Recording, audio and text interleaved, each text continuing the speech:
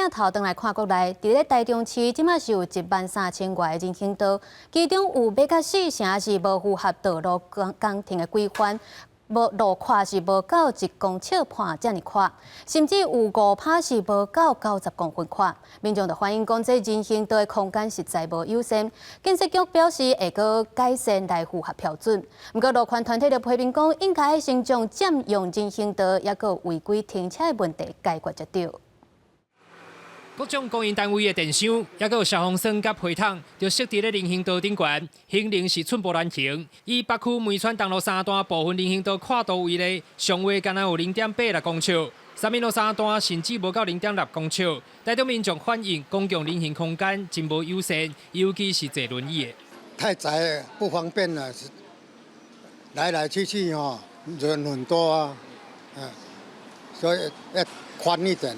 坐轮椅的人可能就真的很不方便。规定要让他们的轮子不会卡住，或是比较密啊。水沟盖是？对啊，而且通常也不是平的。 根据内政部9月修正的市区道路甲附属工程设计规范规定，人行道净宽一般状况袂当少于1.5公尺，但是台中市13921位现有人行道，有38.6%无符合标准，甚至有5%无到0.9公尺。交通路权团体认为，市府改善人行道即马就要做，而且会使成为排除灯仔卡甲人行道占用违停先做起。 很多店家都会把自己的商品或者是器材、机械就都堆到人行道上面。机车他只要看到人行道，好像稍微有点宽，他就停下去了。警察也没取缔，那1台停、10台停，整个人行道就都停满了。这个我们会跟管线单位来整合啊，就把它迁移到公共设施带。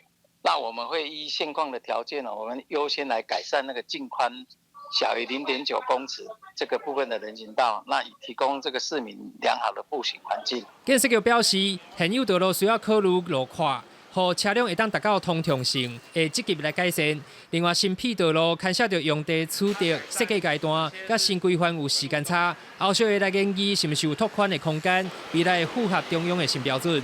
记者台中报道。